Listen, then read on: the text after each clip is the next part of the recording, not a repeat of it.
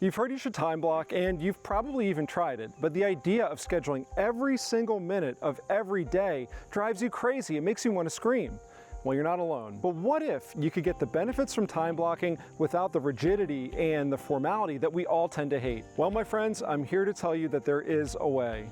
I'm REinvest with REinvest Real Estate. I help real estate agents go from production to legacy and bring them the systems, sales, and sanity that they need to run an effective real estate sales business. Many people call me a wizard of scheduling, and that's probably why my toddler son gave me this lightning bolt style scar when he clawed me in the face at the grocery store yesterday. Okay, so maybe I'm not a wizard exactly, but I know this is an important topic, and I have tried everything under the sun that you can imagine to maximize productivity and be a more efficient real estate agent.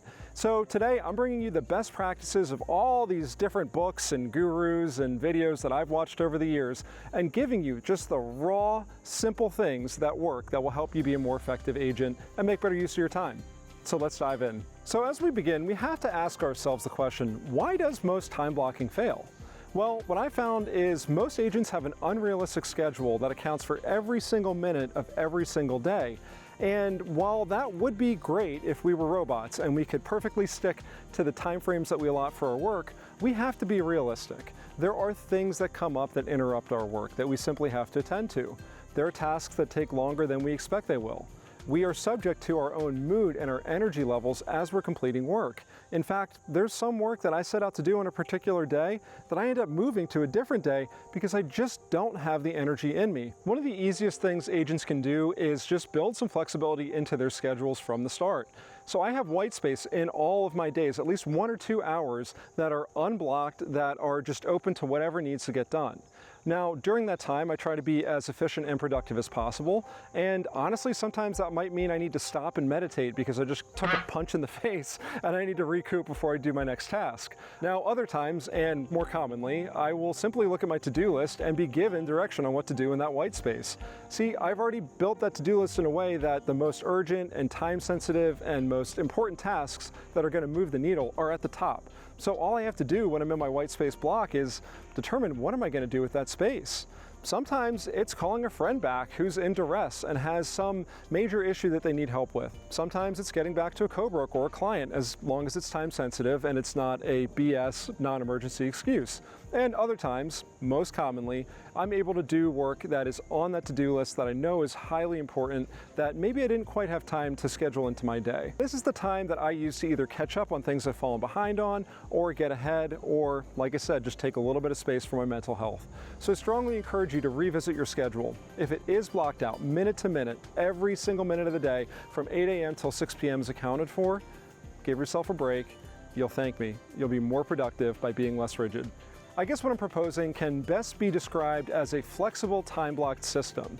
So what that means is we need to have flexibility like we just talked about, but we also need to have space and assurance that our non-negotiables are going to get done. I have certain tasks that I do every single week, and they're in my calendar as a repeating task on the same day, at the same time, every single time. That way I have a level of predictability and stability in my life. We all need that. That's the promise that a calendar brings. However, we don't want it to shackle us. So what I suggest you do is take some time to brainstorm. What are your non-negotiables? What has to get done every day or every single week?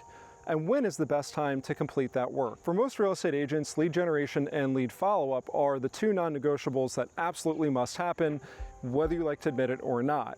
A lot of agents hate lead generating, but let's be honest, if we don't do it, then we don't have a paycheck in 90 or 120 days, and that simply is not okay. The agents that do best and have the most consistent income are able to lead generate consistently, and they've allocated time for it in their schedule every single week. The common suggestion is that you do your lead generation in the morning. The theory is that you have the most energy then, and you'll be most effective, and when you get that done, you'll feel accomplished and productive for the rest of the day. I absolutely agree with that. I think that's a great theory. But in practice, it doesn't work for every single person. I know some people who are evening people and they come alive after lunchtime. If you have more energy in the afternoon and you're going to be more effective, then do your lead generation at that time. Don't worry about what the gurus say. Do what works for you. You know your body best. The last tip I have for effective time blocking is be sure to color code your calendar events.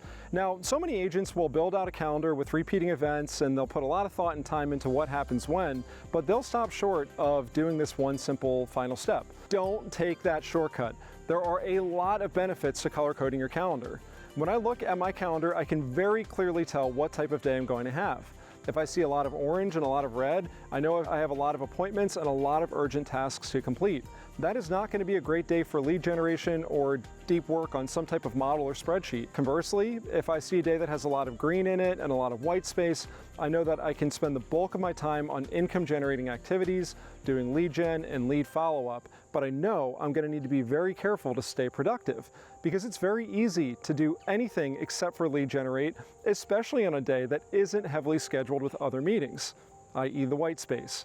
So on days like that, I'll send a picture of my calendar and my 15-minute tracker to one of my partners and say, I can either have the most dynamite and most productive day possible today, or it'll be a complete flop. So I'm going to send you my 15-minute tracker in the morning, the afternoon, and the evening. That way you can see what I completed. I'm keeping myself accountable by sending you this information. So that's it. Time blocking can be really simple and still be effective. I hope you've gotten a couple tips that you can implement in your business right away. If something's helpful, be sure to share it in the comments. And if this video was useful, I'd love it if you would subscribe to our channel.